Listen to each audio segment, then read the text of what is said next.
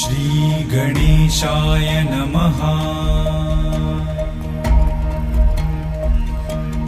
ॐ जपाकुसुमसङ्काशं काश्यपेयं महाद्युतिं तमोरिं सर्वपापघ्नं प्रणतोऽस्मि दिवाकरम्। ॐ दधिशङ्खतुषाराभं क्षीरोदार्णवसम्भवम् नमामि शशिनं सोमं शम्भोर्मुकुटभूषणम्। ॐ धरणीगर्भसम्भूतं विद्युत्कान्तिसमप्रभम् कुमारं शक्तिहस्तं च मङ्गलं प्रणमाम्यहम्। ॐ प्रियङ्गुकलिकाश्यामं रूपेणाप्रतिमं बुधं सौम्यं सौम्यगुणोपेतं तं बुधं प्रणमाम्यहम्।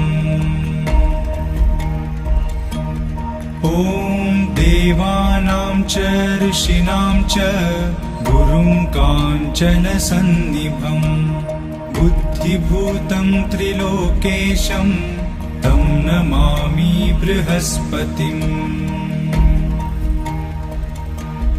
ॐ हिमकुन्दमृणालाभं दैत्यानां परमं गुरुं सर्वशास्त्रप्रवक्तारं भार्गवं प्रणमाम्यहम्।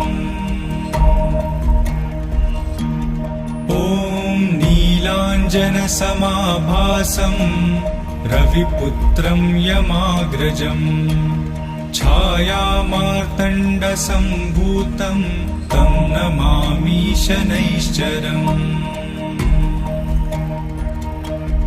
ॐ अर्धकायं महावीर्यं चन्द्रादित्यविमर्दनं सिंहिकागर्भसम्भूतं तं राहुं प्रणमाम्यहम्। ॐ पलाशपुष्पसङ्काशं तारकाग्रहमस्तकं रौद्रं रौद्रात्मकं घोरं तं केतुं प्रणमाम्यहम्। इति श्रीवेदव्यासविरचितम् आदित्यादि नवग्रहस्तोत्रं सम्पूर्णम्।